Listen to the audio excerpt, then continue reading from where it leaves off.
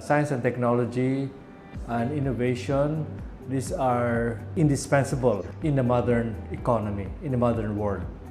We held a meeting at the MSI, and we resolved among about 6 to 8 of us, local members, first to form PAASE Philippines so that we could continue to host meetings here, but also to go on a massive campaign to try to get support from the national government through the legislative and executive branches to invest more in science and technology. So it started with a white paper, a position paper that we co-authored among 6 of us, namely Ernie Pernia, Cesar Saloma, Rodora Asanza, Toby Dairita Fateneo, and Aldin Colaba de la Salle, and myself.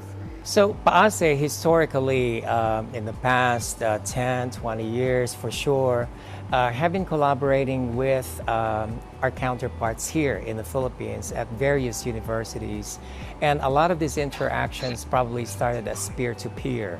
But thankfully, we have the Department of Science and Technology here in the Philippines, and they've come up with some really helpful and very impactful programs that actually enable PAASE members that are based in the United States and other parts of the world to actually come here and do extensive research and academic partnerships and collaborations. Well, I think that one of the good things that PAASE is doing is really trying to stay in touch with the researchers and the scientists here in the Philippines. So I think that is one of the good programs that they keep on supporting some of the initiatives of our researchers and scientists here in the country, trying to align also their assistance towards the plans of the Philippine government. It's very important that the PAASE members and scientists based in the Philippines are continuously in contact, so we will know the needs of the Filipinos and opportunities that Filipinos can have to do science with their PAASE counterparts. So these interactions, such as the conference that we're holding and the annual conferences that we have. The Philippines and the scientists there have very unique perspective that adds to discoveries and inventions, advancing in general the field. These members, because they are part of an academy, it implies that they are productive. So they have publications, they have innovations, they have inventions, patents, and they have, they have an impact on society.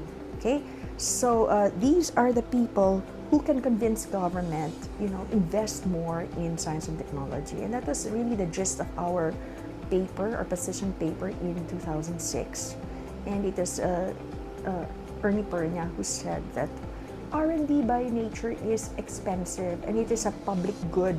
So it is important for the government to take the lead in investing in R&D. To increase the economic growth potential of the country, we cannot continue to just rely on traditional inputs into production as capital and labor. We also need to develop our expertise in science and technology and innovation so that we can come up with new systems, new ways of doing things. I think that science, researchers, industry, and even the government is really like an ecosystem of knowledge. So I think it doesn't really matter if you're coming from a private institution or a public institution, such as a state university. I think we all have a role to play to improve the research capabilities and scientific knowledge here in the country. I think it is about time for us to realize that one of our roles as academics, as researchers, as scientists, is to actually contribute to that global body of knowledge. And the role of this cooperation among these government agencies really is to be able to attract science and technology, global-based companies to set up shop here. And that is really key in terms of developing the science and technology innovation ecosystem in the country. Particularly because there's that deep desire. And what PAASE does and can do more of is to promote this relationship between its members. We really need to ratchet up the appreciation, the recognition of the importance of science and technology and innovation. And we are all trying to attain what we call the common good, the greater, higher, long-term good of the Filipino people. 20 years for sure.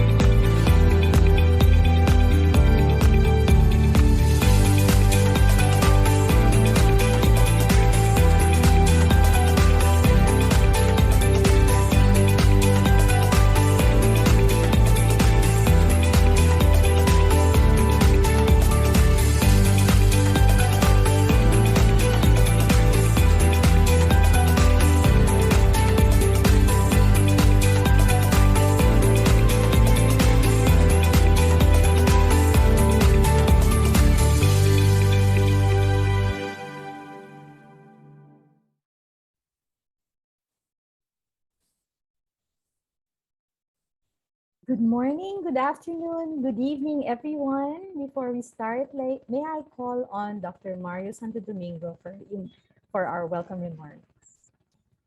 Maraming salamat, Dr. Menchi. Magandang umaga po sa inyong lahat, sa mga nasa Pilipinas, magandang gabi sa mga nasa Amerika. I learned about this conversation, ongoing conversation regarding rice research early on. That was last year. And then I thought that I'll take this opportunity to invite the members of this conversation to this Fireside chat to celebrate the 42nd anniversary, foundation anniversary of PAASE. So, and we are fortunate that they agreed. And I believe that this is in preparation for a larger project that they're planning to do regarding rice research. So I'd like to welcome everyone, our moderators, of course, Dr. Carmen Ablan-Lagman, Dr. Mark Redillas, both from De La Salle University, and of course our esteemed presenters and discussants, Dr. Michael Puruganan from NYU, Dr. Kasiana Vera Cruz from IRRI, Dr. Glenn Gregorio from Sharka, and Dr. John from Field Rice. I'd like to invite everyone to stay on until the end of this session. And of course, I'd like to invite you also for another fireside chat that will be tomorrow, Friday morning in the Philippines about our presidential elections.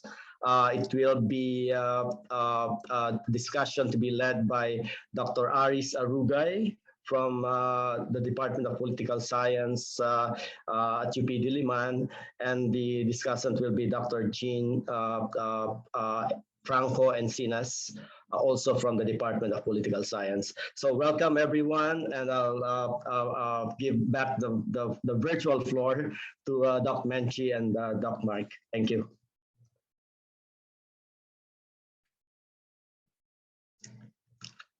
You're muted, Doc Menchi. Yes, good morning, good afternoon, good evening again to everyone. My name is Nancy Lagman, and I'm a professor of genetics and bioinformatics for life sciences in De La Salle University. I'll be one of the people who'll be anchoring this session this morning. Sir Mark? Yes, hello, good morning po. Good morning, good afternoon, and good evening din to our participants who are on the other side of the world. No, I'm Mark Ridilias, and I'm also joining Dr. Lagman in moderating this session. I am an associate professor at De La Salle University. I too am a former rice functional genomics researcher back in South Korea at the Green Bioscience and Technology in Seoul National University. So I'm a little, not really little, but I'm very excited really to moderate this session. So for the next hour or so, we hope to discuss the important global work of documenting the genomes, the checking if it's recording, yeah, the genomes of one of the most important products of domesticated grass. Yes, that's rice, the economically and culturally important food staple in the Philippines. So today we will be joined by experts who have dedicated decades, yes, I have to emphasize the word decades, of their career studying rice. That's a lot of years. And have been working on documenting the genetics of rice and including the stories these can tell, the communities and traditions that have produced so many different land races of this commodity, and why and how we can benefit from the work on these rice varieties. That's right, Sir Mark. You see, we have with us today, everybody, please stay on. We have Dr. Michael Puruganan, a Filipino-American biologist and actually a journalist also formerly. He's a Silver Professor of Biology and former Dean of Science of the New York University. He is with NYU Abu Dhabi as well, and we've been working a bit in the past, but Dr. Michael really is passionate about rice. He's leading authority in plant molecular evolution and genomics. His major work has focused on the study of domestication and evolution of crop species in Asia, Africa, rice included. He has this very good presentation at Big Biology. Try and find it. It was really exciting. Yes, and not only Dr. Michael, we also have Dr. Kashana Vera Cruz, or popularly known as Dr. Nolly. She's a plant pathologist, formerly an associate professor at UPLB. Then she rejoined ERI as senior scientist, and she's the former leader of Heirloom Rice Program of the International Rice Research Institute at the Department of Agriculture. This program aims to raise productivity and enrich the legacy of heirloom rice in the country and other parts of Asia. So if you ask Dr. Nolly about rice in its purest form in the country, chances are she would know what they are, where they are, and who grows them. So Dr. Nolly has worked all these years to evaluate and document traditional heirloom rice as part of the Trait and Gene Discovery Program for host plant resistance and rice disease management under plant pathology, plant breeding, genetics, and biotechnology program, so that they may reach other potential markets to benefit farmers and consumers.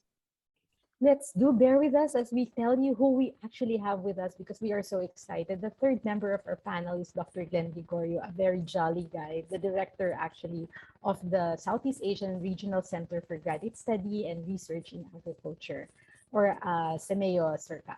His career was developed at the International Rice Research Institute as a plant breeder and working on tolerance to abiotic stresses. He has experience. He's an experienced crop breeding manager in a private seeding company. And who else better to talk about this than rice and things that are related to rice, but Dr. Glenn. Sir Mark? Yes, and thank you, Dr. Benji. Finally, we have Dr. John De Leon, the current executive director of the Philippine Rice Research Institute, or PhilRice. He is a seasoned plant breeder. He was a commercial seed product development specialist and R&D manager and head of rice breeding at Syngenta for 5 years, where he was responsible for Wow. line and hybrid rice development for Southeast Asia market, as well as for two-line pipeline for the global program. Similarly, at DevGen, he was also the plant breeder and Philippines site and R&D manager for 3 years. Prior to this, for 19 years, he worked at Field Rice, where he became the chief science research specialist and program leader of hybrid rice. He was the founder of Wais Agri R&D consultancy services for 9 months. Back in 2021, he graduated in the executive masterclass in digital transformation Wow. at the Asian Institute of Digital Transformation. So our lineup of speakers for today is really, really, really, really. And I think that I like about them, Dr. Mark, is they're not just academics, they're also administrators, and they're also very well-known scientists. So please sit back as we watch their presentations. Each of them will be giving 7 minutes presentations on the main focus of their talk. And we will start with Dr. Michael, followed with Dr. Nolly, Dr. Glenn, and then Dr. Chan. If that's okay, Dr. Michael, we will move the floor to your end. Okay, thank you very much. Hold on. I am muted. No, I'm not muted. No, you're not. Thank you. Thank you very much for that introduction. This is really exciting. Thank you. Thank you to all the guest speakers too, and all the participants who are watching this. And thank you for President Santo Domingo for helping host this. And he talked about this conversation that started, and this is actually another strength of PAASE. This conversation really started with the last PAASE annual meeting, where I was giving a presentation and Dr. Noli Vera Cruz was also giving a presentation. And I was looking at her presentation on heirloom rice in the Philippines, which she led when she was at the International Rice Research Institute. And I said, we really have to talk. And that initial series of discussions I had with her led to this grand challenge idea of trying to sequence 1,000 varieties, traditional varieties of Philippine rice, and to use that to map important traits for rice. So that's a project you'll probably hear more about in the next throughout today and probably in the next few months. What I'm going to talk really quickly about, and it's just going to be a very brief overview about technology and the genomics of rice. It's really going to be an introduction to the topic. Last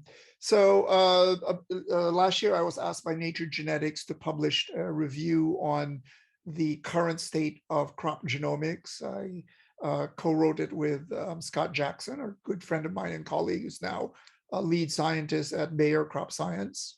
One of the pictures we showed was this, which shows you the timeline of the sequencing of rice genomes. And it's been 22 years since the first rice genome was sequenced. That was Arabidopsis thaliana, shown here on the left side. And since then, there's probably more than 100 plant species whose genomes have been sequenced. After Arabidopsis thaliana, rice was the first major crop genome that was sequenced 2 years later. There was a draft sequence that was first released by Syngenta. It was a really good effort, but it was a genome that was kind of in pieces at that time.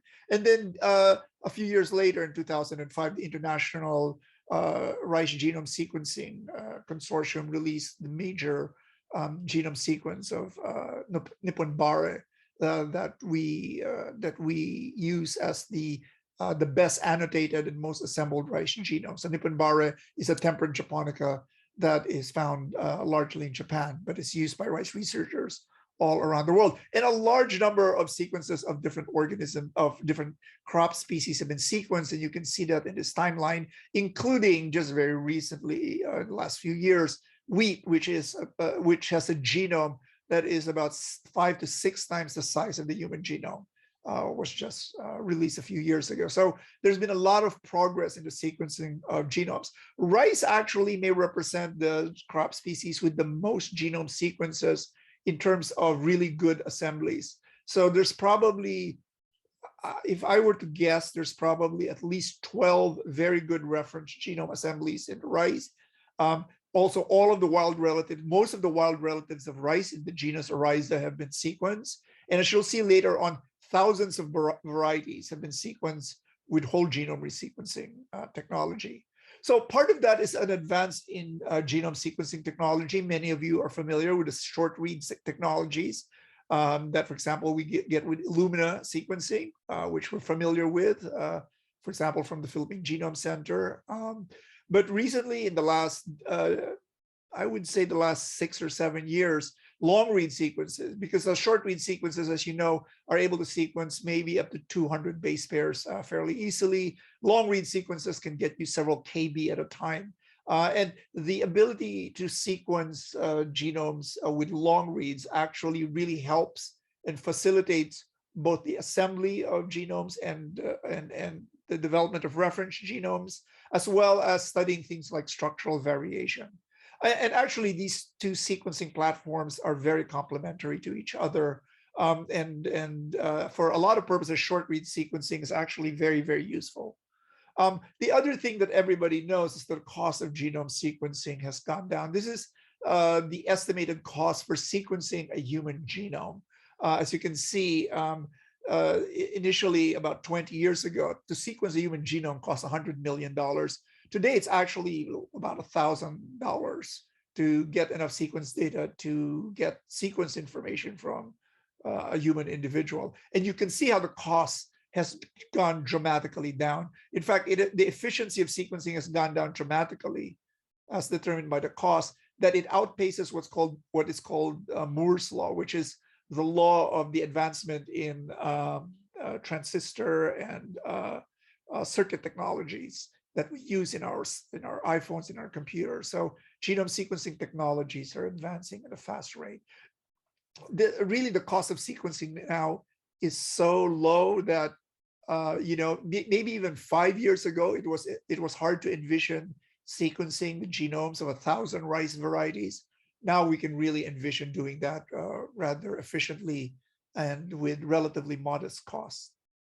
The other thing that's important in genome sequencing technology is you not only get the sequences shown here and above, but you have a lot of computational technologies and computational methods that have been developed to help assemble genomes, to help analyze them, and to help get both scientific knowledge from them as well as practical applications such as genomic selection for plant breeding, for example. So it's really this putting together genomic sequences and computational modeling.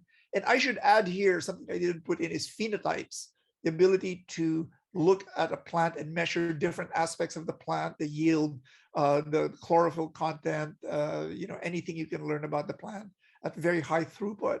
That allows us to learn a lot about plant biology and to help advance crop genomics. So just quickly, things that are good, and these have been done by my lab. Some of them have been done by my lab really quickly, just to give you an idea of what you can do with genome sequencing technologies. And of course, this is not limited to what I'm saying. There's a lot more you can do. This was just published a few years ago, and from my lab, it was the sequencing of basmati rice using a long read technology called nanopore sequencing. This was just done by my lab in collaboration with Oxford Nanopore. It used to be that to sequence a rice genome, you needed consortiums of maybe several dozen laboratories and hundreds of people involved. This really involved, if we're to be honest, this really involved only 3 people in 2 labs that did this, most of the bulk of this work, with a few others helping here and there. It was so cheap, it cost us nothing because Oxford Nanopore wanted to test their technology and just allowed, basically, they asked us if we were to sequence a rice genome, what would we sequence? And we said, let's sequence basmati, because nobody had a sequence of basmati rice. So this just took us less than a year to do at a very low cost. And now this is actually relatively easy to do. Many of you know the international effort to sequence a large portion of the rice germplasm in the world. A major advance in that was revealed several years ago with an international consortium led by the International Rice Research Institute, where they sequenced more than 3,000 Oryza sativa lines, primarily from the Erie germplasm collection. This has become a very valuable data set that tells us a lot about diversity of rice around the world. And it's now that these varieties, they're now getting phenotype information. So it will allow for precise mapping of a variety of different traits. And of course, what we want to do in the Philippines is to do this project, but focus on Philippine varieties, focus on varieties that are important to the Philippines and important to adaptation in Philippine landscapes and Philippine ecosystems. So that's something that we can just do this. And by the way, they did this project was done over a period of nearly a decade at fairly high cost. And now we can sequence 1,000 Philippine rice varieties for not a fraction of the cost and a fraction of the time that it took to do this project. The other thing is you can look at different population structures of rice, look at how they're related to each other. We've done that in my lab. So, we've done looking at population structure of Asian rice. That's been something that's been interesting in our lab. But for more practical purposes, for those interested in traits, for example, one of the things you want to do are map genes that are important for rice adaptation and rice traits. This is actually not Oryza sativa Asian rice. This is African rice, Oryza glaberrima. We publish a genome-wide association mapping of salinity tolerance, and actually Dr. Glenn Gregorio is a co-author on this paper as well. We collaborated with him on this paper, and here we were able to identify genes in the African rice genome that provided salinity tolerance to rice. And of course, we can do this now with Philippine rice varieties as well. There's also a lot of other things you can do with sequencing technology in rice. You can look, of course, at RNA or gene expression, both total RNA and maybe the small RNAs. You can look at chromatin accessibility, parts of the genome that are open and available for regulation. You can look at DNA methylation. You can look at methylation and acetylation of histones, which are important again to look at regulation of genes. And you can look at active polymerase activity, which tells you something about the functional components of the rice genome. This was something that was done. So all of those studies that I showed you, 11 different types of analysis you can do with sequencing technologies, different types of functional genomic information. Again, about 10 years ago, it took an entire consortium of people to do this in one species, such as humans. It took really one postdoc in my lab to do all of this.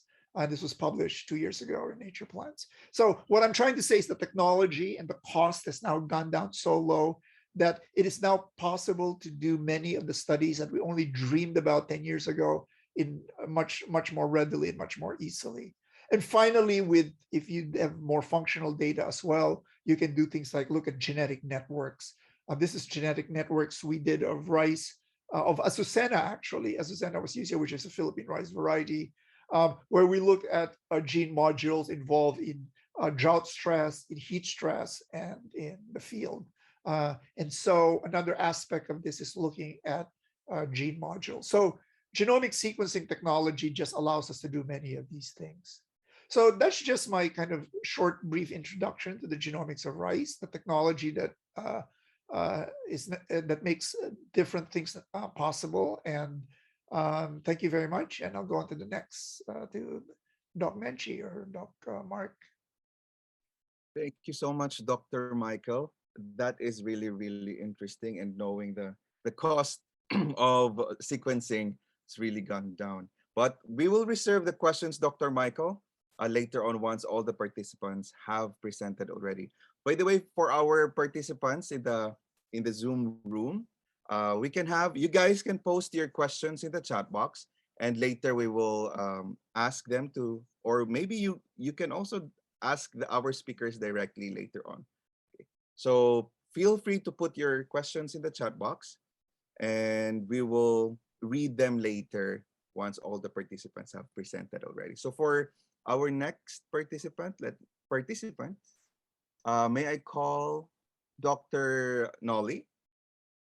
Let me just share your slide. There you go. Okay, thank you very much, Doc Mark. So thank you very much, Doc Mark, for inviting the team here. to present our work on rice. And this time, my task is to present the nature of rice genetic resources present in the Philippines, so we can take advantage of this genomic concept and technology that has been presented by Dr. Michael here. This is an attempt, this talk is an attempt to present the richness of Philippine biodiversity in our staple crop rice, and how we could further add value to them to benefit the farmers who grow them, the consumers, and the other actors like millers and traders in the value chain as they leverage the value chain addition to our staple crop, which likewise represent our cultural heritage and also studied through genomics approach. Next slide, please. So how much of this diversity are already collected for rice crop, now deposited at Erie? So currently, around over 132,000 rice successions as of April 2022 has been deposited at Erie, and most of these collections come from India and the nearby countries in Asia, and the Philippines. Next slide, next please.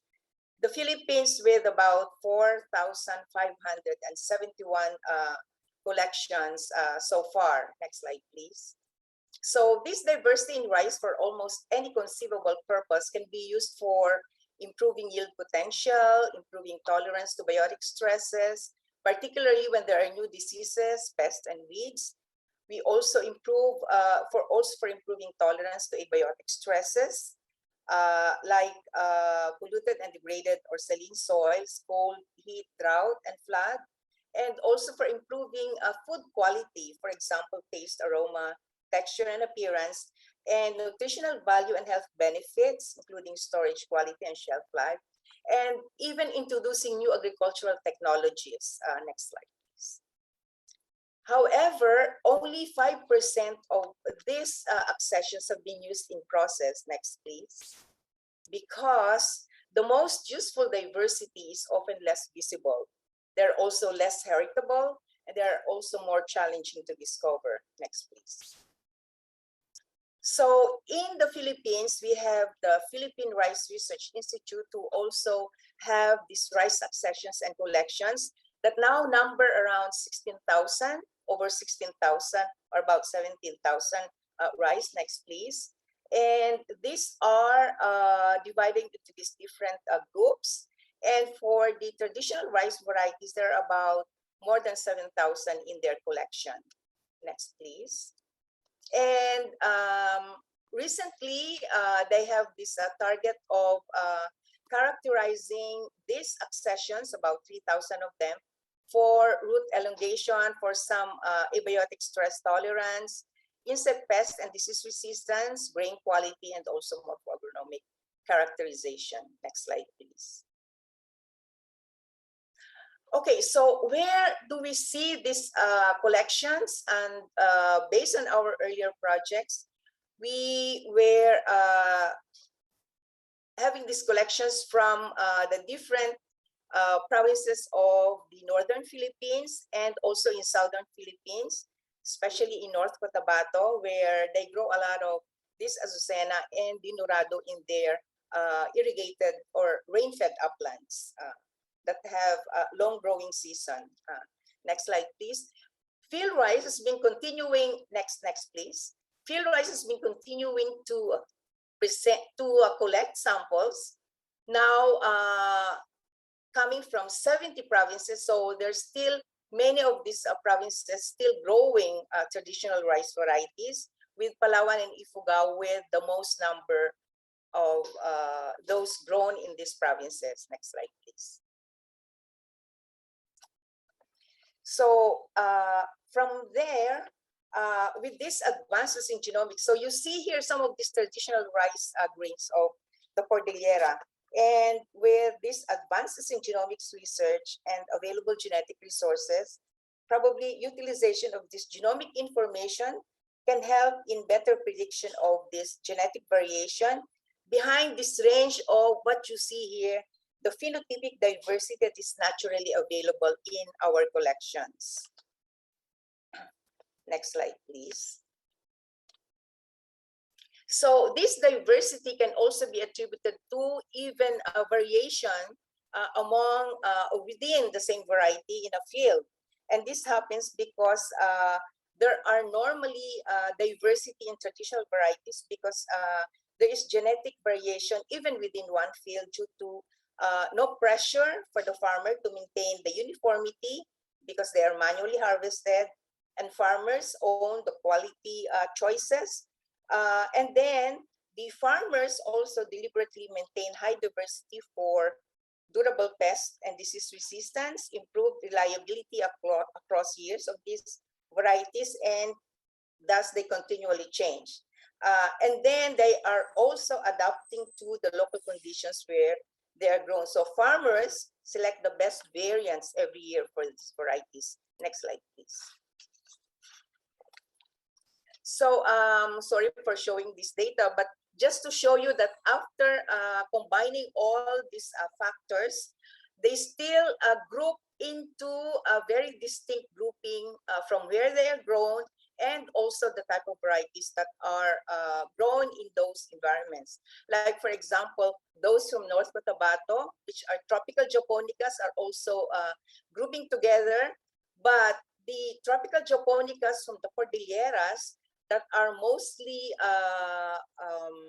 black varieties and these purple tropical japonica varieties are all grouping independently from each other. And then also we have this upland indica also from the Cordillera highland terraces. Next slide, please. So a further gene bank characterization is possible, especially when we try to look for new climate resilient traits, the grain quality, low glycemic index, some antioxidant properties of which many of these black varieties and have, the low phytate trait, and also anti-cancer properties. Next slide, please. So these are further some of these precious and traditional varieties or heirloom varieties that are grown in the Cordilleras, but not only in Cordilleras, also in those 70 provinces where these traditional varieties are grown. So they are black rice, red rice, there are also glutinous rice, and they have climate resilience, they have health and nutritious properties. They have climate resilience because we have tested them. Some of them have drought tolerance, some even have disease resistance to several pathogens, and also some insect resistance, and also a lot of these health and nutritious properties. Next slide, please. So there are also innovative products from this premium pigmented rice. And this could be consumed as is, like a premium rice, the black rice, the red rice, the low GI, and glutinous rice. But there are also products that can be made out of this, like the black rice and red rice biscuits, some of this ice cream one, and this pop and flake rice chocolate truffles that are nutritious and can be added for rice diversification or nutrient diversification of these products. Next slide, please. So because of their properties, the aroma, taste, texture, even the chefs and restaurateurs were interested in utilizing them in their menus. Like, for example, these varied food dishes that can be made out of all these traditional varieties that we have from many of these provinces. Next slide, please. So in the Cordilleras, they have already, next please, started from 2005 exporting these traditional varieties or heirloom rice varieties in the United States and even in Canada. And next slide, please. And hopefully, our DA has a, previous slide, yeah, has under this one DA strategy, they have this global trade, export and development and promotion program that hopefully our heirloom rice varieties can be part of or included in this strategy of our Department of Agriculture. Next slide, please. So in conclusion, we should add value for consumers by using this premium quality and nutritious heirloom rice and including some of the breeding lines with other required traits that can be developed later from these different traditional varieties. We can enhance the premium to farmers and other value chain actors by adding premium grain quality in the background of high-yielding rice. We can also minimize the barriers to adoption through value addition at minimal cost. And we should also deliver rice sufficiency, livelihoods, and health benefits using these genetic resources that are present in the country. I think this is my last slide. Yeah, thank you very much. Yeah. Thank you, Dr. Nolly and Dr. Michael. So far, it's amazing how much variety there really is and how it is maintained. It's a very interesting question. So as we move forward, we will now call on Dr. Glenn Gregorio for his talk. Thank you, Menchi, and good morning, good afternoon, good evening to everyone. Yeah, thank you for the talk of Michael. And of course, you could see the complement now, Michael talking about genomics. Noli talks about what's germplasm available to play around on genomics. Now I'll be talking a little bit on the partnership, which is very needed as we move along. So I'll be talking more on the benefits of collaboration and partnership among institutions in the country and the region and beyond, especially from our scientific community and industry. Okay, so next slide. So I just want to emphasize here the productivity and sustainability of rice. What's the scenario right now? You could see in the graph, you could see the rice area in the world is just maintained, very negligible increase, but the yield and production is increasing, but it's increasing at a decreasing rate. So the population is still increasing, but our yield and production is increasing a little bit, but at a decreasing rate. That is very alarming. So the question now is really global rice production, more than triple between 1965 to 2010 with 2.24% growth rate per year. But you will see in the 1990 to the present, the growth rate is less than 1%. So that's alarming. We are increasing very slowly. So that's very alarming. And what we need is we require about 30% more rice by 2025. So that's also alarming for us.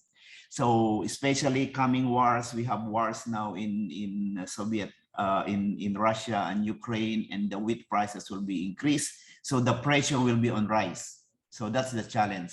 So how can we produce more with less land, with less water, less chemicals, less labor, or how we produce more with less? So that's the question. So that's where technology will come in and partnership.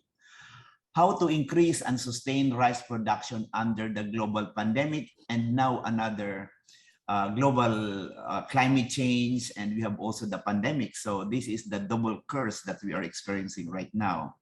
And the question now is, can science alone solve our problem? That's where partnership will come in. We should partner with the scientists. We should partner together with the academe, industry, and government. Next slide. I just want to show you the scenario that we really love rice too much. We really love rice. Before, when I updated this slide before, the average per person's per capita consumption of rice is about 65. Now it's become 75. Not because Filipinos eating too much rice, but rice is becoming popular in Africa, where they start loving to eat rice also. So the most of the increase is in Africa actually. So the next slide, you will see here that this is where the collaboration will come in. So this is what I could see, that university must now strengthen multi and interdisciplinary studies, which is partnership, contextualizing their specific research effort within the larger societal problems. So we'll just look at the genomics. We'll look at the genomics and its application to our farmers, to our consumers. So we need more researchers are needed.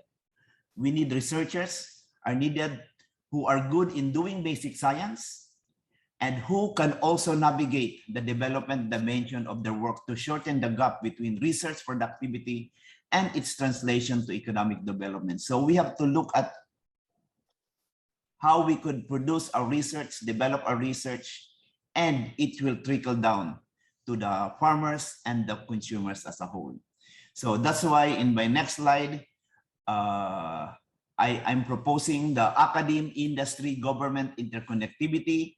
This is where universities and research institutions are where the inventions happen, where discovery happens. However, farmers' participation in development of new products or technologies are important to ensure that these are directly addressing the problem that our farmers are facing. So we have to solve their problem, not only our dreams.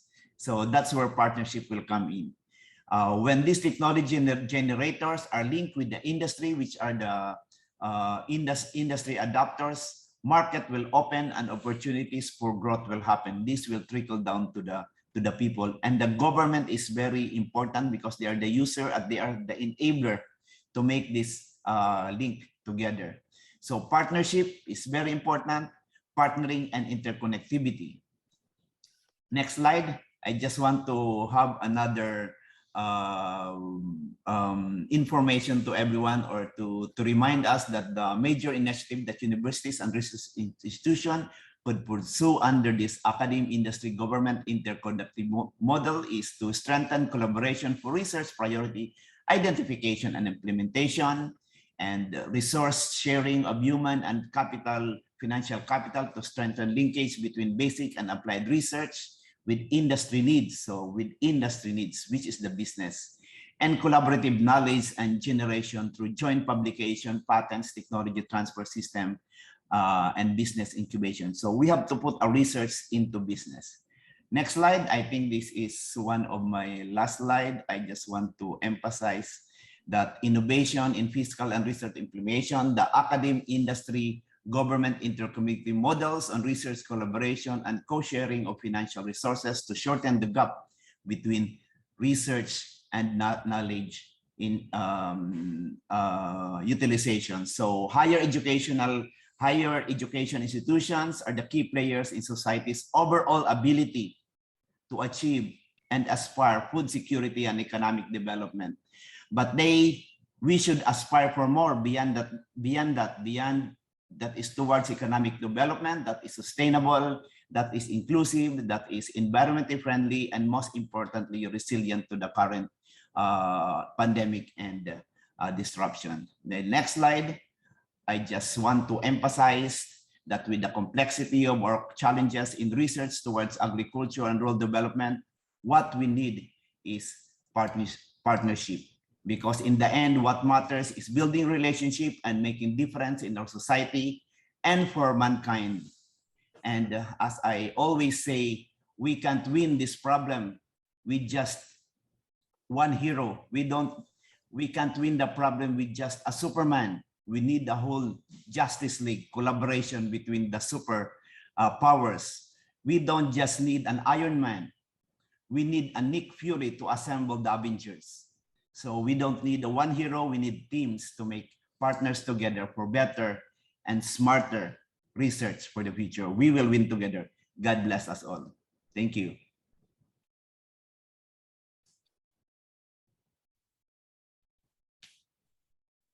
Thank you so much, Doc Glenn. Yes, I agree with that, with the Justice League at the end.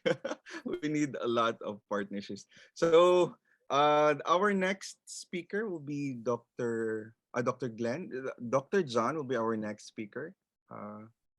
Doc John, you can now share your slide. Thank you po. Again, good morning or good day, maybe will be better, more encompassing. To everyone joining us, thank you for inviting also Phil Rice to this very interesting discussion. Allow us to share also our slides for today. Yeah, okay, thank you.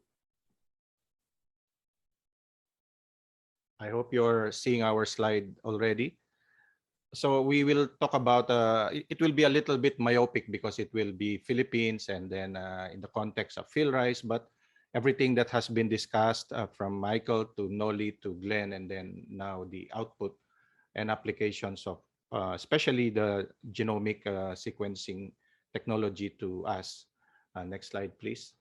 I would like to, of course, put this in the context of what we do as Phil Rice is part of the 1DA family in terms of DA, how this discussion, for example, on genomic sequencing is championed within the framework of DA operations. Like it will be, of course, under modernization.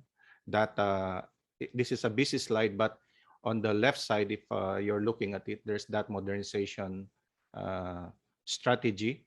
And then in the actual framework of food systems, although the title seemed to suggest production-centric thing, but actually in the DA thinking, we look at things from the value chain perspective. I think the picture or the diagram on the right side is sometimes described as from farm to fork, so that it encompasses everyone in between also.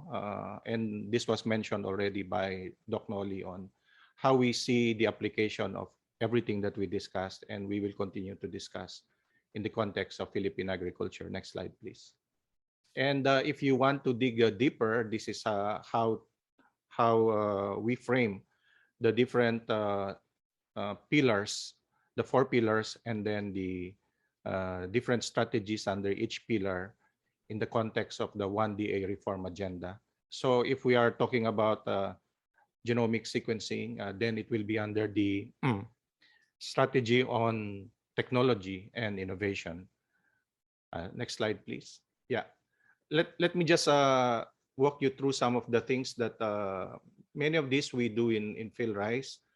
This is not exhaustive. This is just to maybe share some ideas and also share our excitement on how this work that we have been doing can be extended or even enriched by the discussions around genomic sequences. For example, the work by Ruel on QTLs for root plasticity, for example. There's that's related to drought tolerance. And then, of course, the lignin degrading protein work, which can, of course, have some benefit if we continue to pursue this theme on rice production waste management. And even now, maybe relevant also if we connect that to how we can help our farmers cope with the increasing prices of fertilizer, because many of these straws are left in their field, and how they can make use of those more efficiently. Next slide, please. Of course, what we are trying to mention until now, this work that is being proposed, I think, on sequencing or resequencing some 1,000 Philippine traditional varieties. Many of us here are participants to this idea or contributors, and we hope we will really be able to pursue this because of the many potential benefits the work can bring. Next slide, please. Just some applications. Again, this is not exhaustive. Just we can say a list that many can add to later on. But at the moment, some of the things that are being done, at least in field rice, uh, that that can be enriched by this sequencing work.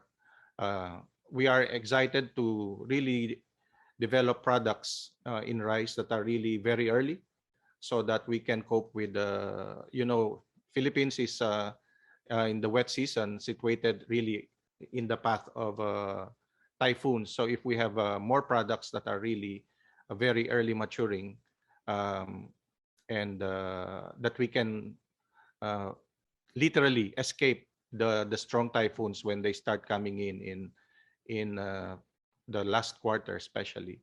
And we have seen some examples of this actually.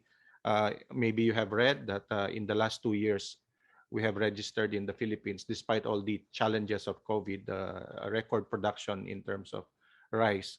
And some of the stories behind that is actually being able to escape, farmers being able to harvest their crops before the onslaught of these strong typhoons.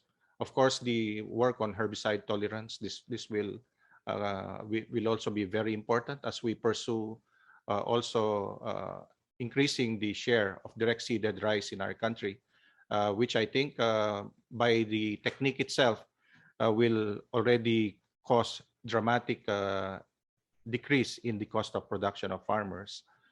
So if we can continue to support this kind of culture for rice, and one of our recent returnees from her PhD works, JV Cruz, did something on silicon uptake efficiency, which we can associate also in helping varieties resist the problem on lodging, which is again relevant if you're doing direct seeding, and helpful when you are in a country beset by typhoons many times in the year. Next slide, please. Of course, some of the work, this is mainly by Dr. Oliver Manangkil, on anaerobic rice seeding. And again, this is for direct seeding culture. If we continue to work on this, I think the outputs from the sequencing work, of course, it's focused on traditional varieties, but as plant breeders, we are aware that traditional varieties are go-to materials, not generally in the past until now, for resistance to pests and diseases. But more and more as we learn about them, we become excited that there are other things that they can help us deliver in terms of what is required now also.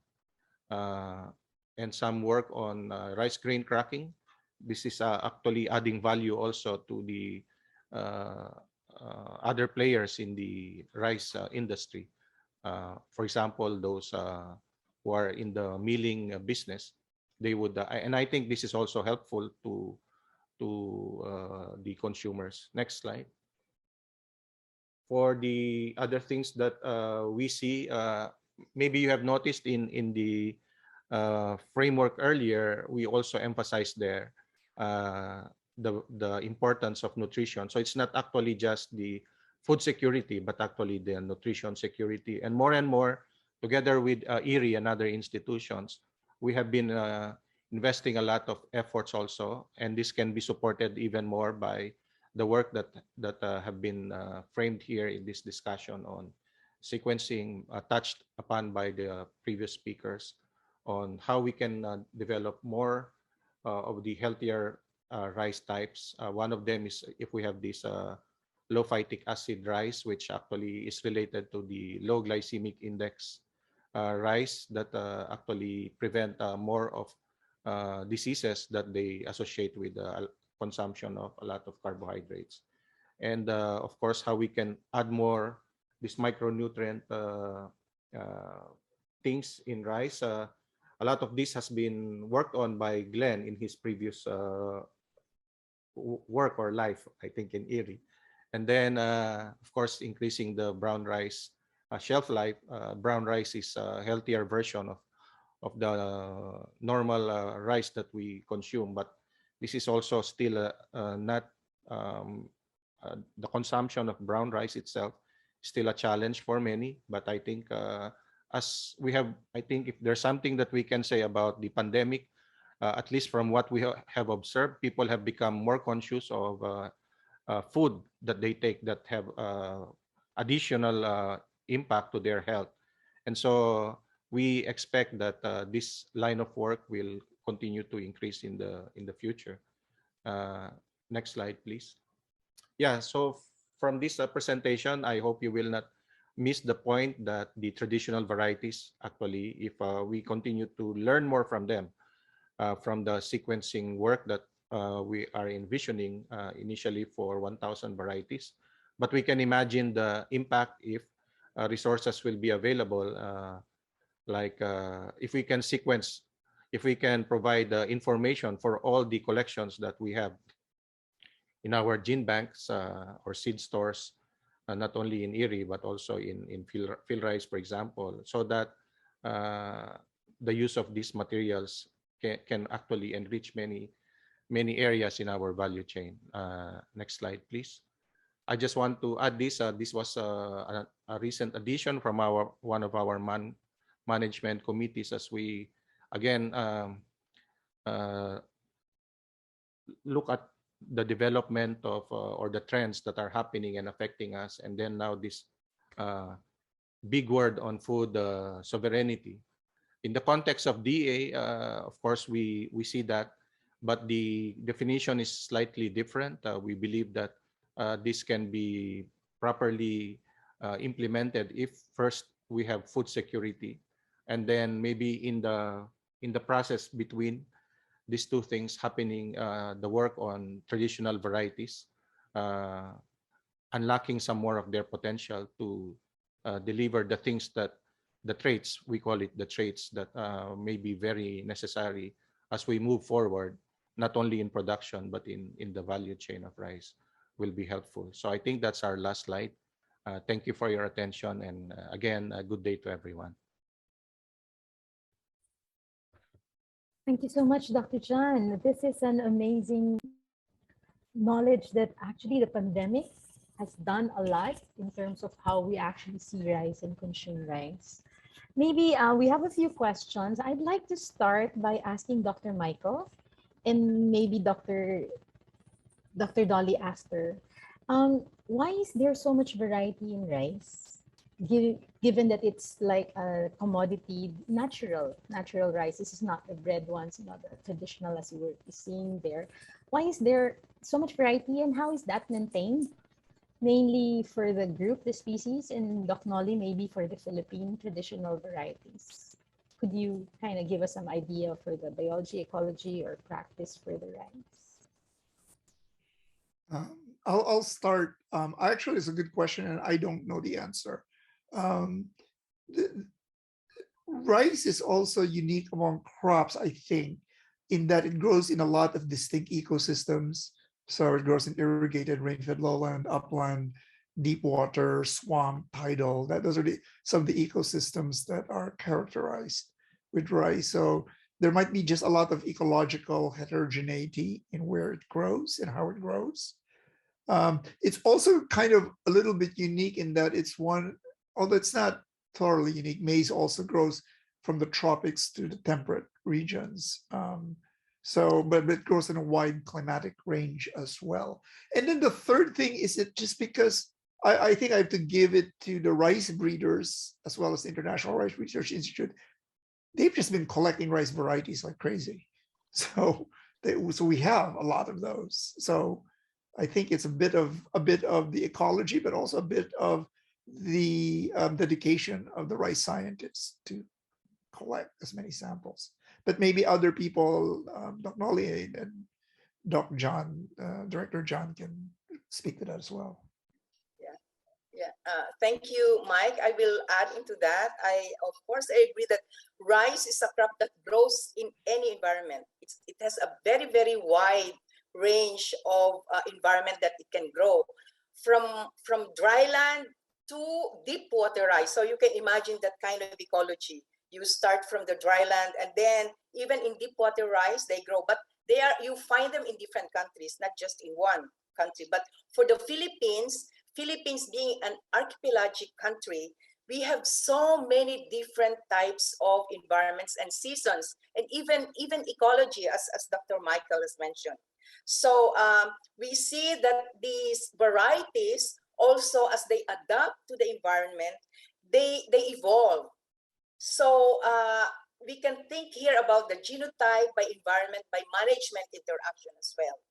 And so this kind of evolution, when they are exposed to these different environments, different ecologies, they become different. Even with one variety, if you look at one variety accession, you find that there are differences there. There are certainly differences there, and even sometimes even the genes could be different. What they have could be different. So I think the Philippines is endowed with this treasure of rich varieties, this biodiversity of rice varieties. And I think we really should treasure this kind of varieties, and really something that will allow our farmers, growers to benefit from this.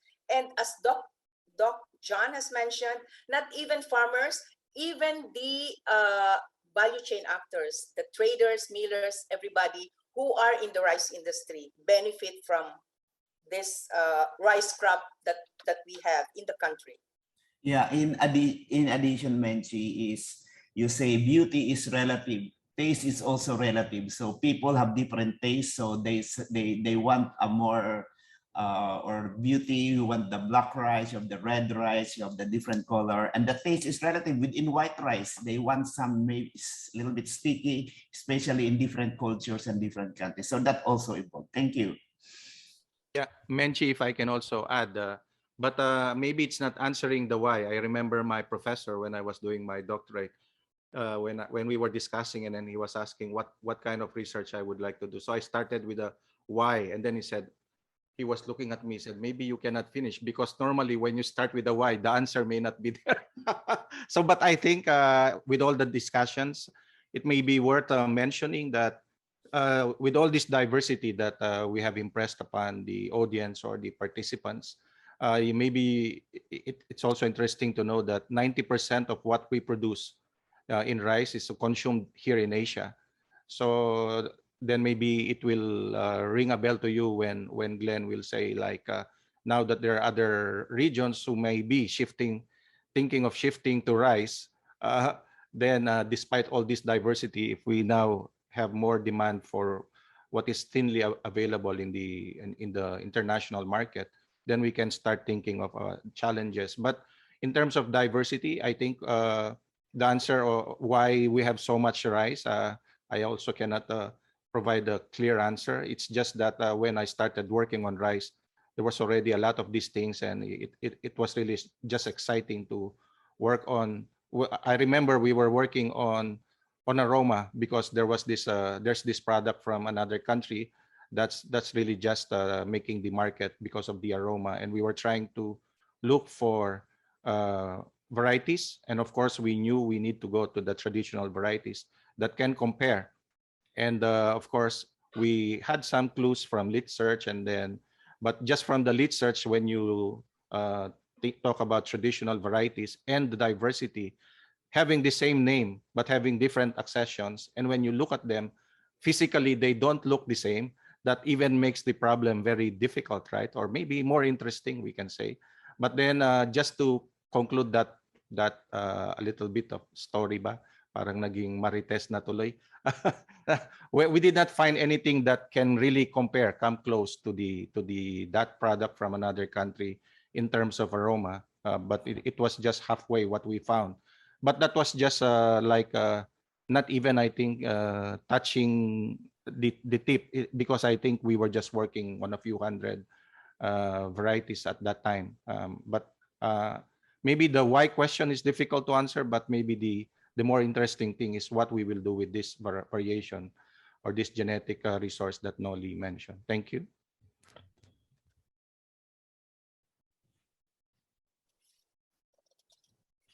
Thank you very much. Sir Dr. Michael, you want to say something? Yeah. No. I'm okay. So can I just follow up with that question from Doc Menchi? Because with all these varieties and variations that we have in rice, if I may use the term, would it be essential or at least necessary to sequence all of this, since the genome sequencing cost has really gone down? So is it essential or at least necessary to sequence all of these varieties that we have, or is it even practical to do so?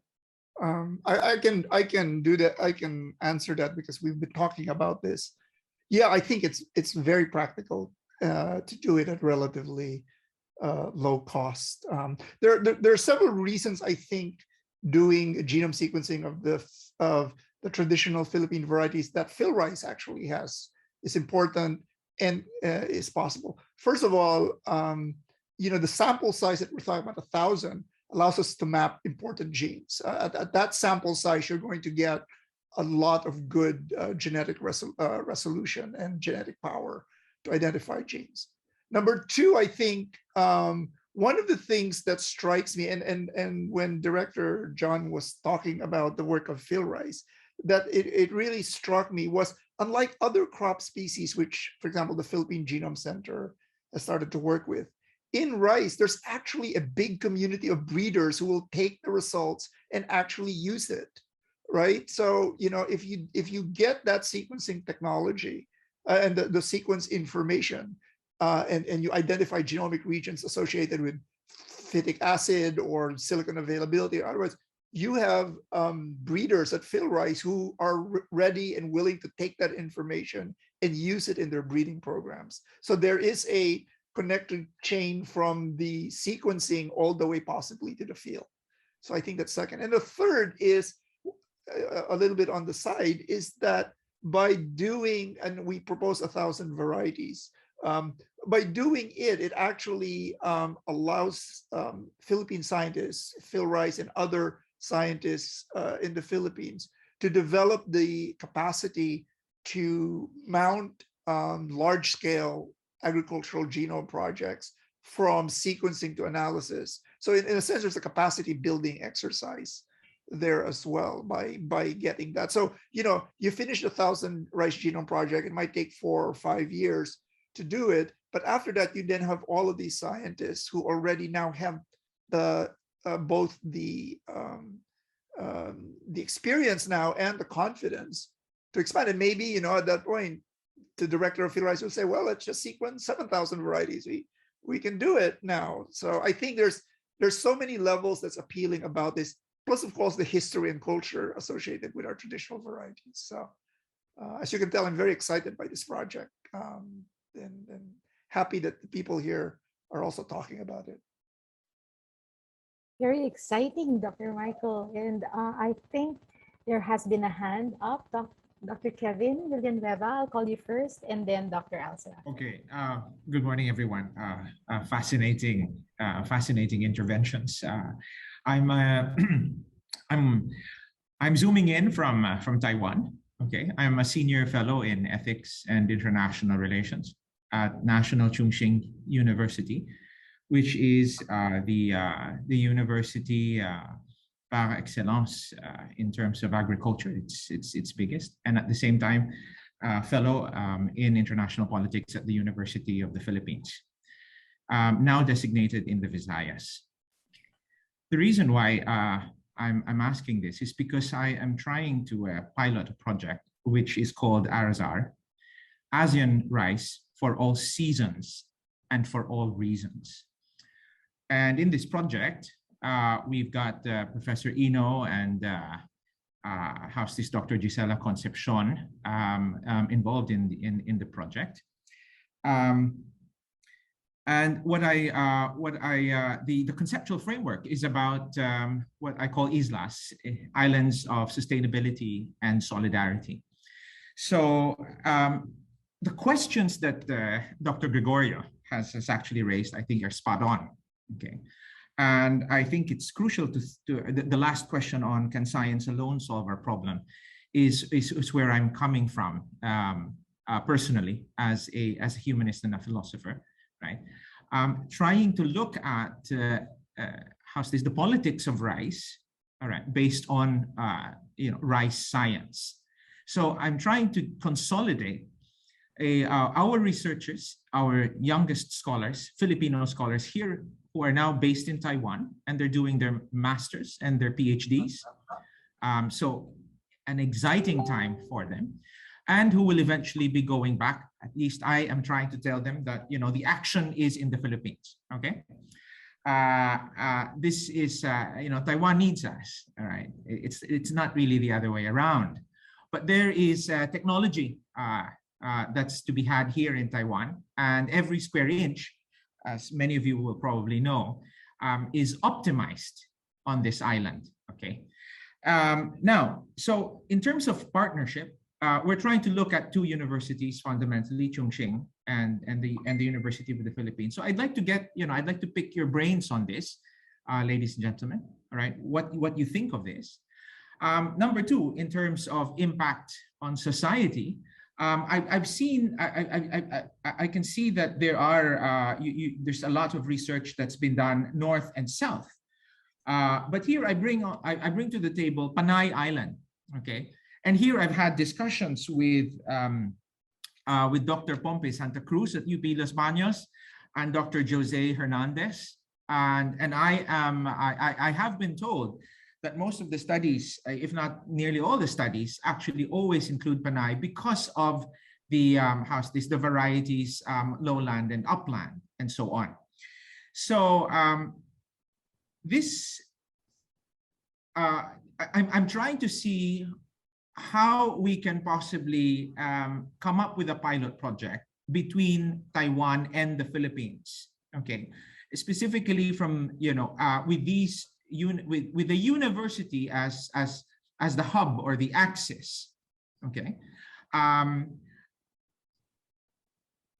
the reason I think is because, you know, this when I listen to the, you know, the conceptual pillars in the Philippines, I think eventually we do have to look at flagship projects to make it work.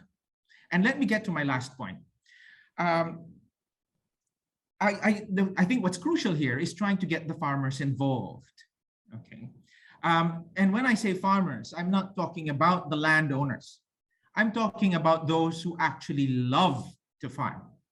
Okay, because I think the data is that poverty incidence amongst farmers is actually pretty low. But I mean, the discourse out there, okay, when you listen to how you call this, when you listen to our government officials, is that our farmers are poor.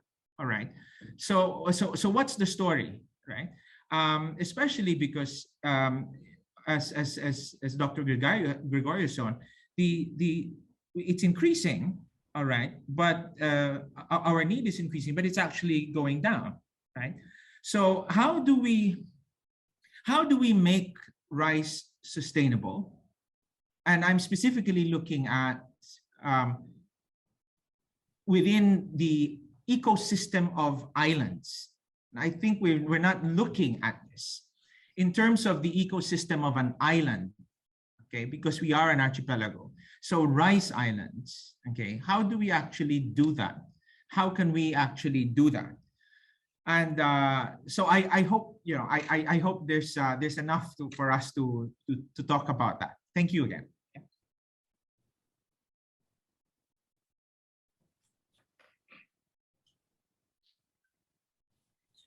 Okay, very interesting. Yeah, actually, you mentioned a lot of this situation. I work a lot in Panay Island because I work on salt tolerance, because in Panay Island you have a lot of salt tolerant, salt affected areas, the coastal areas of Iloilo, Aklan, and all those countries surrounding. But your question more on the first is, I think that's where partnership will come in. This island, actually, Panay has higher yields in terms of rice, and they are the food basket actually for Cebu. That's why Panay Island is very important. That's why it's really important to develop Panay in that aspect and learn from them, because technically Panay Island is food self. They must be the model for food sufficient island. That's compared to Cebu, even in compared to Negros. Yeah, I think partnership with Taiwan University. Taiwan is very important because the climate of Taiwan and the Philippines is almost the same. This is really they are not part of Southeast Asia technically, but in terms of environment, we could learn from both sides of this. I think we have to talk on this more, Kevin, as I'm the director now of Shirka, and we are actually visiting Taiwan very soon to link with the South, although they are not part of ASEAN, but we want to link it to Taiwan because you are just 90 minutes away from us. Thank you. Right. Thank you. Can I also add to the discussion? Is it possible? Yes, sir. Yeah, okay. Just maybe to share some perspectives.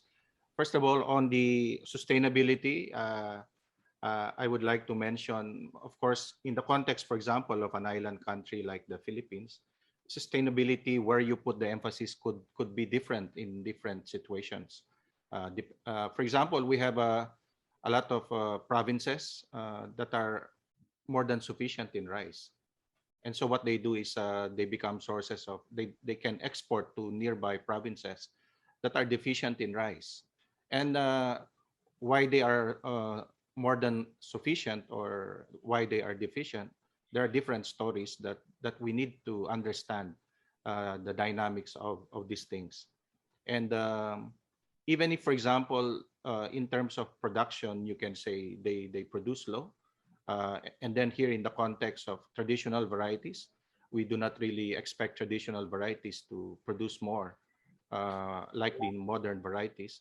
But the value that they bring in terms of cost per unit is also a different story. So you can sell them at a higher price, like what some of our growers now are doing. They can produce less, but they can price them more. So that also brings a different level of sustainability or competitiveness. So yun. But I think in the context now of academe, really doing something so much more for the sustainability. For example, if we continue to cherish rice like we do now, like if we do not eat rice in a meal, we do not consider it a meal, whether that is psychologically still something we accept or something that we want to get over with, so that we can also think of really saying maybe we can eat less rice. Then maybe the moment we eat less rice, I think now it's about 118 per capita. If we start eating less, then we can imagine maybe the production also will required locally will be less, and then maybe we can invest more in other crops, etc. So those things like that. But yeah, I think the sustainability in terms of collaboration between academe and then the government, like for example, we can also do research in rice, not only with academe, but we do a lot of collaborations with universities. So maybe that's where we see where the roles can be really differentiated, so that in the context of small availability of funds in for example, in sectors like agriculture, at the moment it is the situation in the country, then maybe we can do more with less, because you have your resources in the academe, we have small resources in the for example, research agencies. But if we can really delineate where you will work on, and then maybe later on put all these results together, then maybe we can advance further and make it more sustainable. Thank you. Thank you so much, Dr. John. As for that, it's amazing discussion on research institutions, academia, and industry. I see a hand up from Dr. Al Serafika. Dr. Al, you have the floor. Thank you, Menchi. Thank you very much for the presentations and taking the time to present to us, Michael. And definitely, John, it was very interesting to see the advancement on the field rice side. And of course, Glenn is really advocating the whole AGI, academe government industry, which is actually what we are advocating now, Glenn. We have even a term for it now. We call it transdisciplinary.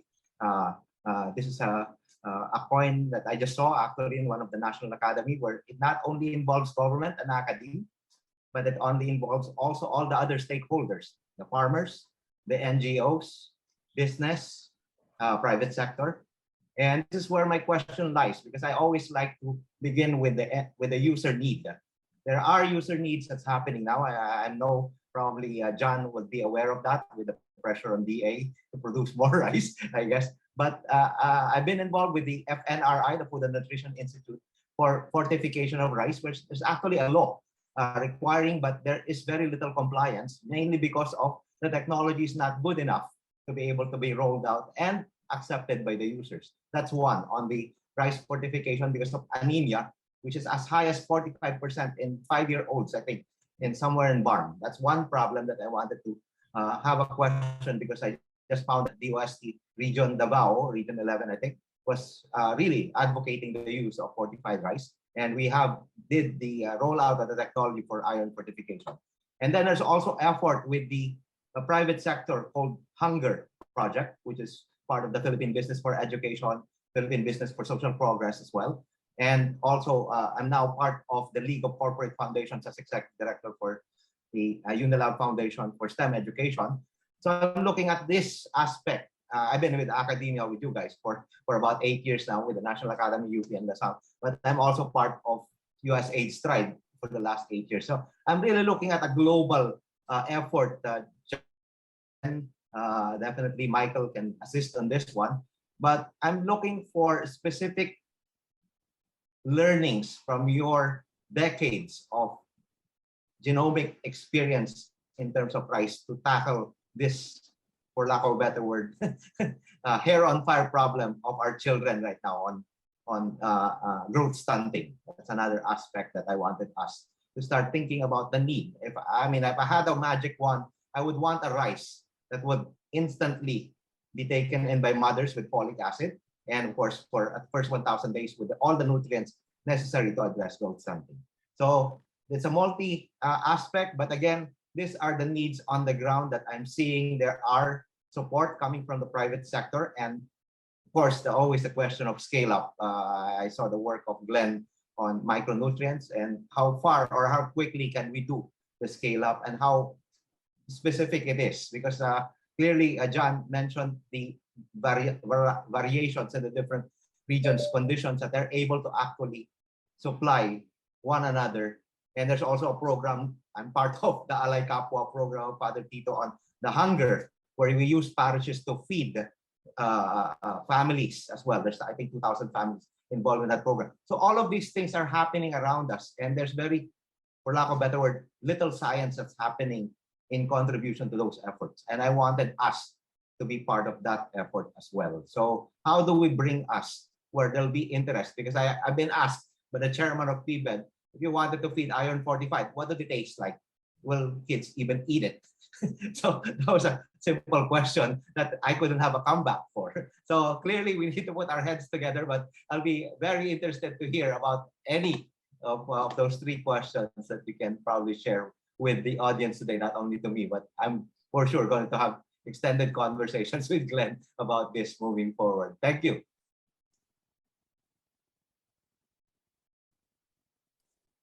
Can I just say thank you for that? I didn't realize the issue with iron fortification and anemia among children. This is really interesting. I just started to take a look, and it doesn't look like there's an easy solution, actually, from what I can quickly tell. But this is certainly something to keep in mind. I'm now interested in this, and I'll take a look at it and see if there's any way, any suggestions that can be made, either using genomic technologies or biotechnology approach, or genetic mapping approach using genomics. Yeah, actually for biofortification, that's my early part of my science career. I started working on high iron, high zinc rice, and it has, we have actually a variety released in the Philippines, but the iron level is not good enough. So I think that's where the GMO will come in. I think the next batch after the golden rice is this high zinc, high iron rice, where it could really elevate the iron content in rice. But once you put it through biofortification, not the fortification or natural through breeding or through genomics, the taste will not change. Actually, it's if you have high iron in rice, it is good for the plant because it needs less iron for the initial growth of the plant. It's more good for the plant because plant needs iron and zinc. So it's good for the plant and it's good for the human. So actually rice is the good vehicle to, we could make your dream come true, really, to make high iron, high zinc, high folic acid, all in rice, because rice is the vehicle for this one, because we eat too much rice. That's why once you put it there, they will not mind as long as it's in rice. But you ask them to take vitamins, it's different. Once you fortify it, it becomes rancid, it becomes a little bit problematic. It will actually stain your teeth if you put eat this fortified, iron fortified rice and corn. So that's it. That's the problem now, is the white rice. White rice is almost zero because you polish it and you wash it too much, maybe 3 washing, then everything is gone. It's zero. So we are the most, in all staple, rice is the lowest in nutrition. Yes, sir. So that's the problem. So we have to work on that high iron, high nutritious rice, as John is always mentioning. Thank you. May if I can just add also, one yeah, statement okay, there? sorry. Oh, can I? Okay, so Ma'am Nolly and then Sir John. Yeah. Can I add just one statement there, just to support the statement from Glenn, that in our initial analysis of some of these traditional varieties, we're looking also for those minerals in the grains, and found that some of them, not a lot, but a few of them have high iron and zinc content, manganese. So these are some of, so probably these are some of those nutrients that can be explored from this type of varieties. If they can be moved, yeah, to high yielding rice would be good. Doc John is here, so he would. Thank you. Yes, sir. Thank you po. I think it is good that it has been mentioned already. There are actually products from breeding that are already there in the hands of our growers, our farmers. They're available, but again, in the context of a healthier rice project with ERI also, we also do not claim that rice will be the silver bullet. like if we have something like the golden rice, for example, if we can still put diversity in terms of food sources for nutrition in our table with vegetables, I think that's also going to help. But I also would like to mention, sometimes rice is being crucified like white rice for being so not healthy. Well, if it is white rice, sabi nga ni Doc Glenn, there's hardly anything nutritional dahil nga ang dami nating pinopolish doon. But gusto ko lang pong banggitin, maybe the overconsumption also. Anything naman, not only rice that we take over, yung sobra-sobra is not going to help us also. So yung bagay na yon. And it reminded me, siguro po yung because of these other challenges, and there are so many challenges that we face in as consumers, as producers, etc. Siguro suddenly it crossed my mind, bakit kaya, baka meron nga ito yung sagot doon sa why there's so many types of rice, so many varieties, so many diversity, dahil ang dami din ng problem. Ang dami ng kailangan nating paggamitan ng mga ito. But again, it takes a lot of time also. Mabuti na lang nandyan yung katulad nila Doc Michael, who have been steadily developing or working on technologies that can make things that are really impossible to do very handily several years ago, to compared to now, na dati pa isa-isa lang sa genetics, sa isa-isang trait iniintindi. Ngayon with genomics, parang you can have a lot of things at the same time, understanding them and then just fitting them where the problems are, and then maybe being able to provide solution to these different things. But I think we try to keep abreast with what is really the pain point of our farmers and even other players in the industry. And where there is solution for breeding, we go for that, of course, because I think it's still the most cost efficient po. Thank you. Thanks, Sir John. Before I ask my question to Dr. Noli, may I call on first Dr. Giselle for she's raising her hand. Yeah. Dr. Giselle Thank you, Bautista. Mark. Thank you, everyone. Oh, I'm sorry. Just a quick question because I am at another meeting. But I'd like to know whether the DA would like to support what already started in UP Los Baños way back, which is the development of the rice white corn product. And I think Nolly and others in UPLB would be familiar with why we decided to combine um, 70 or 60% rice with 40 to 30% white corn. Okay.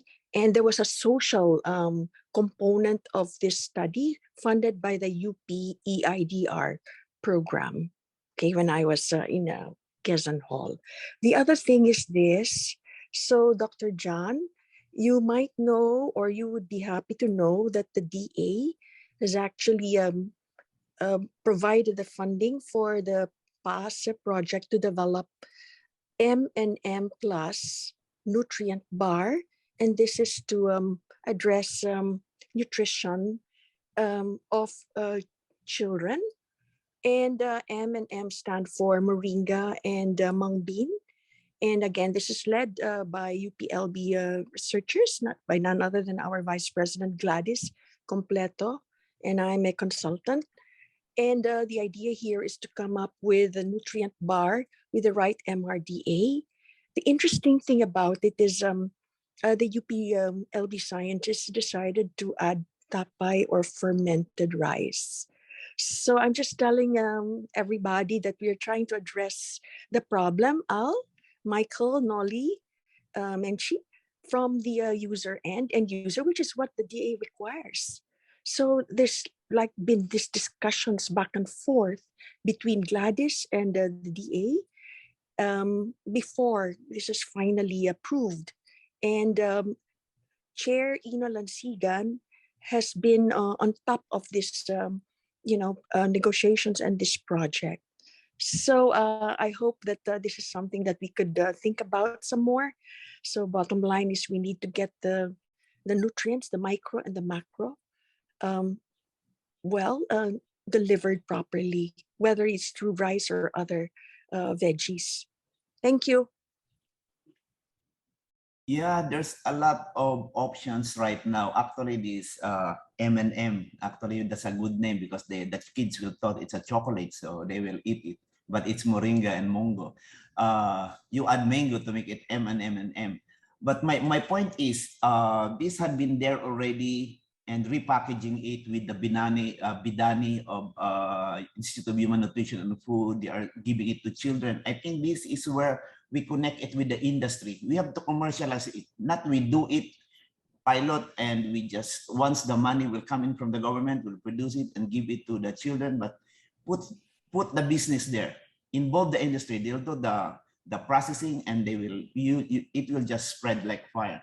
So that's packaging, branding, everything. So that's where the partnership will come in again. Thank you. Yeah. Maybe we can also confirm that yung mga initiative po na ganyan, they are really, the DAs under Dr. Dar's leadership is really, I think, very interested po ang DA. And as you already mentioned, they have already supported you for your work on M&M. Meron din po kami sa PhilRice, maybe just to mention, because of the healthier rice advocacy also. But it happened also na there's this adlay na pinapatrabaho din sa amin na because of the commercialization din ito. It's a healthy food. Kaya lang we just need to go back a little bit doon sa varietal improvement ng adlay. And on this, meron din kami, even before that mandate from the Secretary to PhilRice, to bring it in our fold yung adlay for improvement nga po sa varieties. There are already other institutions working on that crop. But meron na rin kaming research with our rice chemistry and food science on adlay bar, for example, which is healthy also, maybe similar to what you were mentioning a while ago. And then Yun naman sa rice and corn, I think from the practices of our country, yung mga kababayan natin sa Visayas and Mindanao, that's being practiced.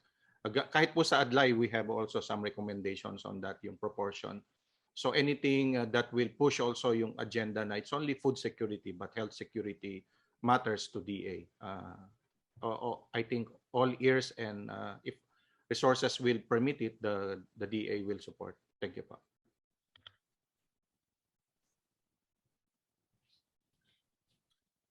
May I follow through just very quickly? Yes, yes, pa. Yeah. Okay. Just to follow through the responses of Dr. Glenn and Dr. John. Thanks very much. Now, I absolutely agree. The notions of sustainability here really come from the Brundtland report on saving up for future generations. So this project that we are thinking of is really in the face of the climate emergency. Okay, and here's the question: what is, and I address these to our colleagues in the group. Do we have a state of the art on on the technology that we're using for rice production in the Philippines? Because we are at a preparatory stage, and I am in conversation with our IPCC drafters, with Rodel, Dr. Lasco, one of our IPCs, and Dr. Pulihin as well. And agriculture is the second biggest emitter of gases, and we'd like to be able to understand, if ever, what kind of interventions or what kind of practices, based on the rice science that that we're now looking at, including genome sequencing, the kind of the parameters, smart technology or smart agriculture technology that we can use for example, once again, in the islands. Okay, so that's it. Thank you. I guess the issue of state of the art is something that will be very important. Nutrition, as mentioned, be acquired by this collaboration, information. Sir Mark, you had the last question. Thank you, Sir Kevin, for that contribution and the importance of for partnership. Before we end, I guess. Yeah, before we end, Doc Menchi, just to lighten up the mood. Can I just ask Dr. Nole? I'm really curious about, because she's been working with heirloom rice for a long time with a lot of varieties. Do you have a favorite one, and why? It's like a Miss Universe question. Do you have a favorite one, and why? So maybe we could ask all of them. After 40 years plus of studying rice, do you have a favorite one? You and guys why? have favorite variety to work on. They always tell me not to tell what is my favorite variety, but for here, there is a black variety that is called purple rice or mountain rice or uminyo that has a very good taste, not taste, also somewhat glutinous, low amylose, but also have nutty texture. Very good to eat. For me, but of course others would have their own preferences. Dr. Glenn, you and your many rices, you have any favorite one? Favorite rice? Of course, I have a story. Maybe Noli likes it. I developed a rice which is not self-serving, but I like the rice so much because the not glycemic index, it's very soft and very firm. At masarap isigang, ay masarap sinangag. I don't like sinangag, but this is best for sinangag. Actually, the story goes this way. Dr. Helia Castillo asked me to have that rice, and she likes that rice very much.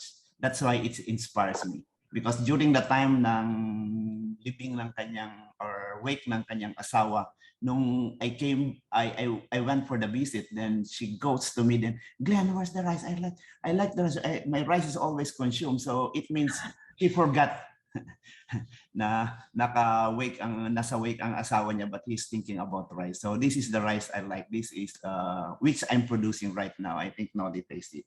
So what we need really, but my ideal rice is the diet rice. Low glycemic index, high fiber. I call it the diet rice. High vitamin A, high iron, high zinc, and that's the I'll say the next generation rice. Thank you. Sir Michael, Dr. John, do you have a favorite rice? Yeah. Actually, I never thought about that. All these 30 years, if I have a favorite rice. And then maybe if we think about it, like in field rice, we have almost 16,000 collection. Maybe we have not really tasted all of that, even in that 30 years of work. So maybe it's difficult to say what is the favorite rice for example, personally I can mention. But I'm always fascinated, I think, with when we were doing some research involving traditional varieties, that we can come across anecdotes that they became stronger from sickness. They were just consuming this kind of traditional variety, and we start looking for those varieties that they mentioned in their anecdotes. And today I remember one that Minaangan mentioned, I think, in the report of Doc Noli. I think that was mentioned in 2004 when I wrote a paper on these things, that somebody was mentioning medicinal rice. So there are many things that will continue to fascinate us. Personally, my ambition when I'm already not working is to put up a carinderia where you choose the rice, not the ulam. I will serve you different rices, but only one ulam. And then that, hopefully that will make customers come, because it will showcase how many really diversity we have in how much diversity we have with rice. Thank you. I'll end that by saying that Dr. John, what you just proposed is what in New York we would call a rice bar, and that would be very popular in Manhattan. A rice bar with different varieties. I have no favorite, and I think it was discussed by Dr. John or Dr. Glenn that one of the problems we have about rice and unhealthy is the overconsumption of rice. And even after 37 years in the United States, I still overconsume rice, and my doctor has told me to stop just recently, because it's still, as I said, even after nearly 4 decades in the U.S., to me a meal is not a meal without rice, and I've had to steer away from that. But if there is a favorite of mine, it's just the malagkit rice, it's the glutinous rices, not only because I like it, but actually my first papers on rice when in my lab 20 plus years ago, 20 years ago, when I decided to move my lab here in the United States to work on rice, the first projects we worked on was glutinous rice, just to understand its origin. So it's a favorite. I'll call you. What's your favorite rice? Mine is tinawon. It's actually a variety that I found in Baguio. It's grown in the Cordilleras, and it's a dark brown rice, not much different from what Nolly was mentioning, I think. But I think they call it tinawon because it's once a year that they can harvest it. I think it's a long growing rice. But it's my variety. The only tip that I have, since we have PAASE here, guys, is let's connect the metabolomic profiles of our rice with its nutritional value. And I think Giselle touched on it. Definitely the combination that John is advocating to have a completely nutrified rice dish is for us to know how our digestion is going to take it and our metabolic profile. And of course, my classmate Menchi is one of the premier metabolic people in LaSalle, and Gladys Completo is the metabolic person in UPLB. Definitely, let's connect the two so that we can then educate. We're talking about the planetary health diet in the National Academy. And to complete the story, I can tell the story with the help of my foundation so that people will eat it and commercialize it, Glenn, is we need to have the full story, including what is the benefit, why should I eat it, and tama yung sabi ni Jan, yung medicinal quality sana, isama na natin para one time, big time lahat. Thank you. Bye. Thank you so much po. I think in the interest of time, we have to wrap this up. So Dr. Menchi, maybe it's time we close this. I just can't stop smiling right now. I never realized there's so much rice. I thank you, Dr. Michael, Dr. Nolly, Dr. Glenn, and Dr. John. I was gonna ask Dr. Kevin also what his favorite rice is, but anyway, we don't have time now. Thank you so much for this time. I think it is time that we would actually held another session, Dr. Nolly, for the PAASE upcoming. Maybe talk to Dr. Mario first. Seems like rice is really something of interest to everyone. So I really want to thank everyone. Thank you for this morning. I hope everybody found the activity very useful. And we look forward to more updates and knowledge about rice so that we can keep on smiling, as Mike was actually saying. Mark was actually saying. Before we Anybody here? completely end, Yeah. can we request everyone to first we take photos of the panelists with the moderators, and then we can ask the participants to turn on their cameras later. So photo session po tayo muna. I'll take the Dr. photo. Mario. Doc Mario see. still here. Yeah. I need to put him in the. It's okay na, Mike. Let's. Okay. Sige po. I'll take photos first. 1, 2. One more. 1, 2. Ayun yun na. Wait lang po. Ayun. Dami. Okay, thank you very much po. And maybe everyone, how do I remove the spotlight for everyone? Or add spotlight to everyone? So go to gallery. Gallery. Yeah. Can you request everyone po to turn on their cameras so we can say, hi, Dr. Raimundo. If you would like to have and contact our speakers, please feel free to send them emails. There was a request for the recordings. I think Dr. Mario has already put that up as well. Okay po. So taking a photo in 5, 4, 3, 2, 1, smile. One more po. Sure, 1, 2. Thank you very much po. Thank you very much, everyone. And see you again the next Fireside Chat. Thank you, everyone. Thank you very much, everyone. Thank you. Thanks, Doc Mario. Thank you, Nolly. Thank you, Michael. Thank you, Michael. Thank you, Glenn and John. Thank you, Menchi, Mike. Hi, neighbor. Manang Sean. Thank you. Thank you po sa lahat. Thank you. Bye. Thanks, Manang Sean.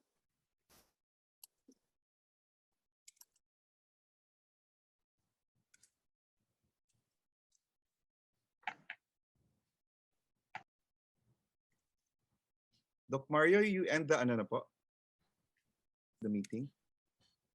Ako ba mag-end? Recording is stopped. Okay.